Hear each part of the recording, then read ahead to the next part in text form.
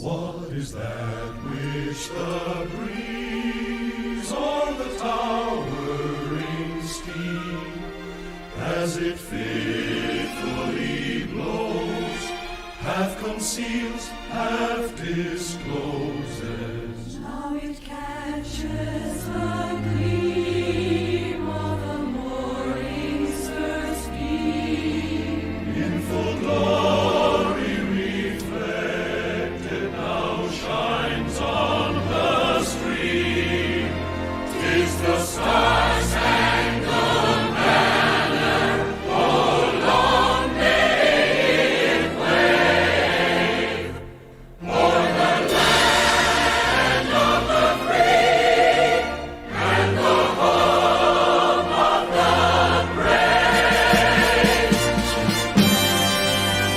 Oh, be it ever when freemen shall stand between their loved ones, and while war's desolation, blessed with victory and peace, may the hem-rescued land praise the God that hath made and preserved us a nation.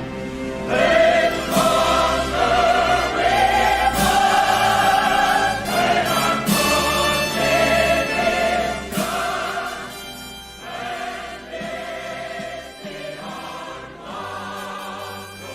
King God is our trust, and the star-spangled banner in triumph shall wave on the land of the free and the home of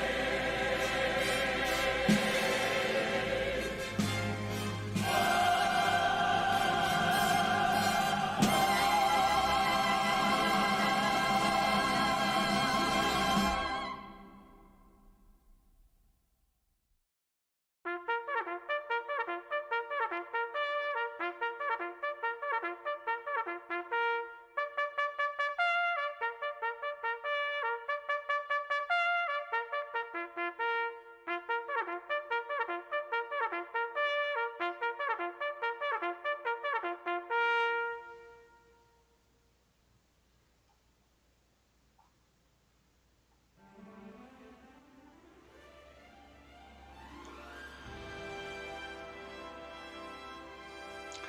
In Congress, July 4th, 1776. The unanimous declaration of the 13 United States of America, when, in the course of human events, it becomes necessary for one people to dissolve the political bands which have connected them with another, and to assume among the powers of the earth the separate and equal station to which the laws of nature and of nature's God entitle them. A decent respect to the opinions of mankind requires that they should declare the causes which impel them to the separation.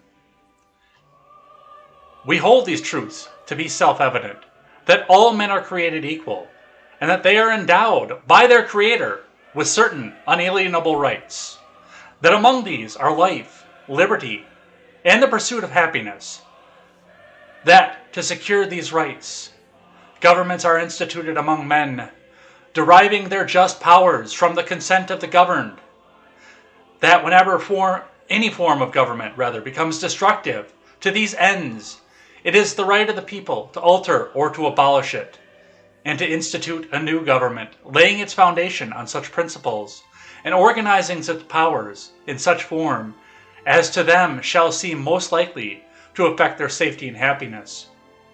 Prudence, indeed, will dictate that governments long established should not be changed for light and transient causes. And accordingly, all experience hath shown that mankind are more disposed to suffer, while evils are sufferable, than to right themselves by abolishing the forms to which they are accustomed. But when a long train of abuses and usurpations, pursuing invariably the same object, evinces a design to reduce them under absolute despotism, it is their right, it is their duty, to throw off such government and to provide new guards for their future security.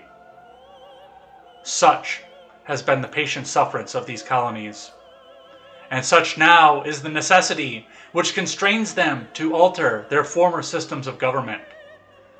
The history of the present King of Great Britain is a history of repeated injuries and usurpations, all having in direct object the establishment of an absolute tyranny over these states. To prove this, let facts be submitted to a candid world. He has refused his assent to laws, the most wholesome and necessary for the public good. He has forbidden his governors to pass laws of immediate and pressing importance, unless suspended in their operation till his assent should be obtained, and when so suspended, he has utterly neglected to attend to them. He has refused to pass other laws for the accommodation of large districts of people, unless those people would relinquish the right of representation in the legislature, a right inestimable to them and formidable to tyrants only. He has called together legislative bodies at places unusual, uncomfortable, and distant from the depository of their public records, for the sole purpose of fatiguing them into compliance with his measures. He has dissolved representative houses repeatedly for opposing with manly firmness his invasions to the rights of the people.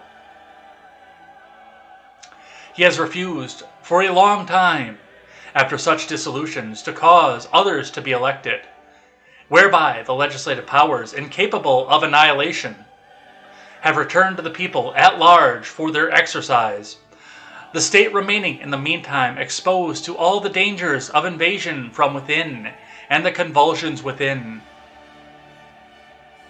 He has endeavored to prevent the population of these states, for that purpose obstructing the laws for naturalization of foreigners, refusing to pass others to encourage their migrations hither, and raising conditions of new appropriations of lands. He has obstructed the administration of justice by refusing his assent to laws for establishing judiciary powers. He has made judges dependent on his will alone for the tenure of their offices and the amount and payment of their salaries. He has erected a magnitude of new offices and sent hither swarms of officers to harass other people and eat of their substance. He has kept among us in times of peace standing armies without the consent of our legislatures. He has affected to render the military independent of and superior to the civil power. He has combined with others to subject us to a jurisdiction foreign to our Constitution and unacknowledged by our laws, giving his assent to their acts of pretended legislation. For quartering large bodies of armed troops among us.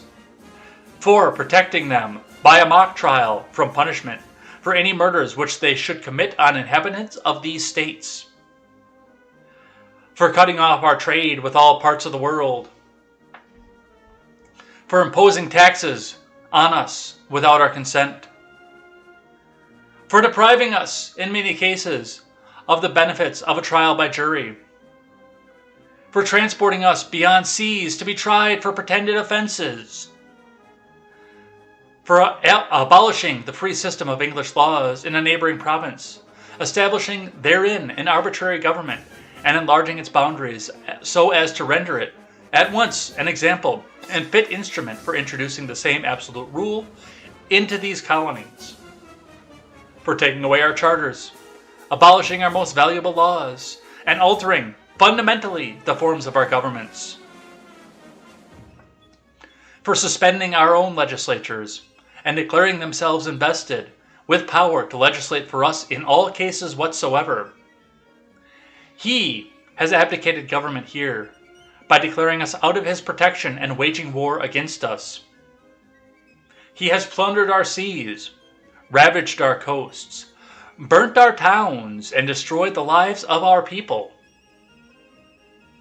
He is, at this time, transporting large armies of foreign mercenaries to complete the works of death, desolation, and tyranny, already begun with circumstances of cruelty and perfidy, scarcely paralleled in the most barbarous ages and totally unworthy the head of a civilized nation.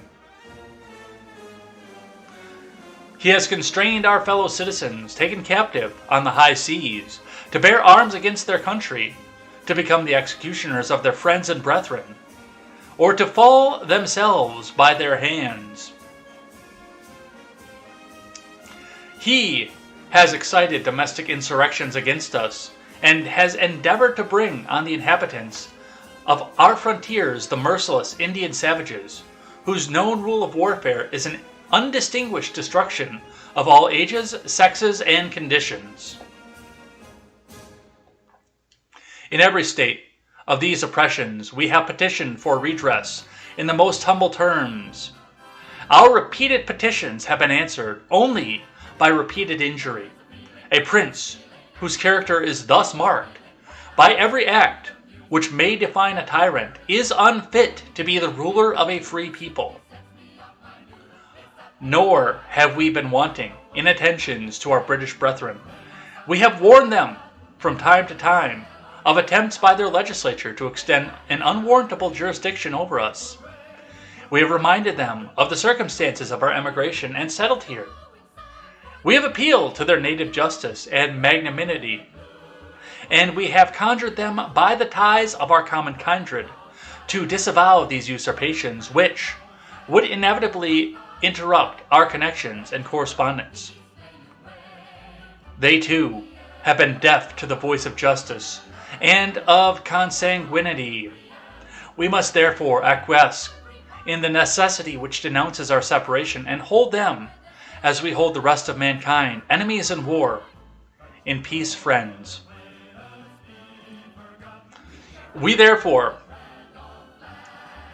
the representatives of the United States of America, in General Congress, assembled, appealing to the Supreme Judge of the world for the rectitude of our intentions, do in the name and by the authority of the good people of these colonies solemnly publish and declare that these united colonies are, and of right ought to be, free and independent states, that they are absolved from all allegiance to the British Crown, and that all political connection between them and the state of Great Britain is and ought to be totally dissolved, and that, as free and independent states, they have the full power to levy war, conclude peace, contract alliances, establish commerce, and to do all other acts and things which independent states may of right do.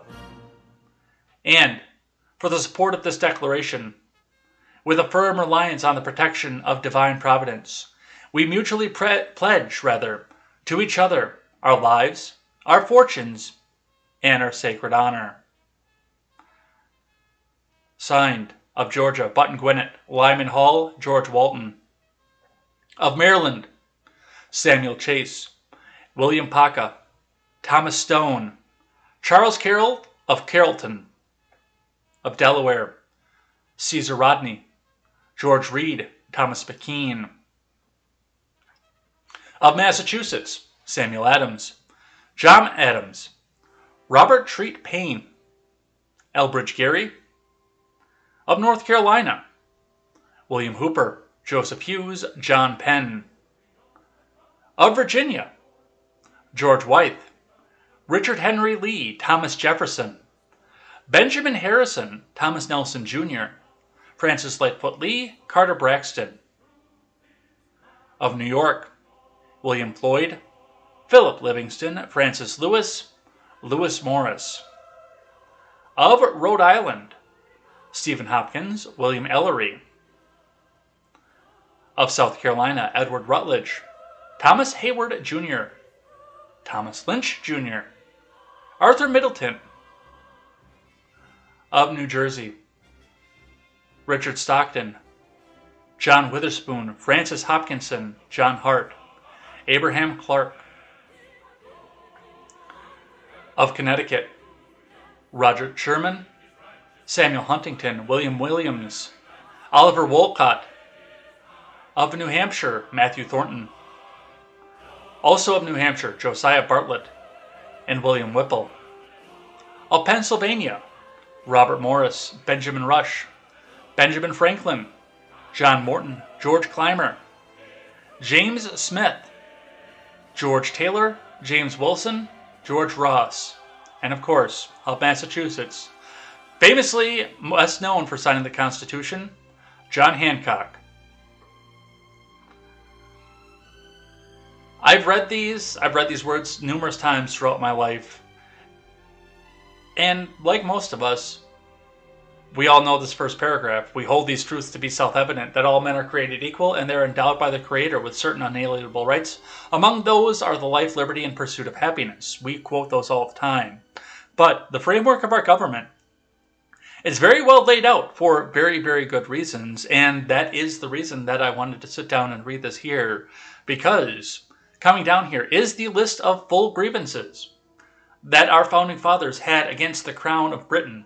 And the reason that we're a nation, we're not a nation because we were so far away. It was so hard for them to govern because we were just able to fall away or by happenstance be able to just come out and form a nation. We are a nation because the people undersigned of this document looked at what the king was doing in his territory and how wrong that it was. And we're starting to slip into some of these things too. Trial by jury suspended by trial by the mob. Trials being heard overseas for pretend offenses. Our elected leaders have obstructed the administration of justice by refusing assent laws for establishing judiciary powers. They've instead tried to make their own powers, even as our Congress tries to investigate the people standing up against what they saw as an injustice. They're trying to find their own investigation to this. They're keeping among us, in times of peace, standing armies, sometimes without the consent of our legislatures. They're keeping them. That was one of the important parts of the last administration. The Donald could have gone right into Portland or Minneapolis in a second with the Insurrection Act, but he didn't. For a reason. Because he was not going to keep a standing army without the consent of the legislature of these places. Some of them are talking about abolishing the free systems of English laws. People are questioning why we need English jurisprudence. And even we're seeing exciting of domestic terrorists and insurrectionists among us. But it is these grievances that were the reason that our founders came together and said, we shall be a free nation. A nation held where our leaders are held accountable by their people.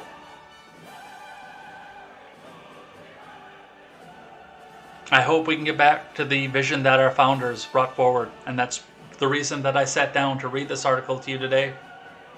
Because it's important that we know. It's important that we remember why we were formed. It didn't just happen. These intelligent, undersigned men saw the injustices and found a way to bring them forward. May we always remember that. No matter what it is that our government does, we were founded not to be slaves of our government. Have a happy 4th of July, people. Go out, celebrate, have your barbecue, drink your beer, enjoy some fireworks, and remember why we're lighting these fireworks off, what we're celebrating. Thank you guys, and take care.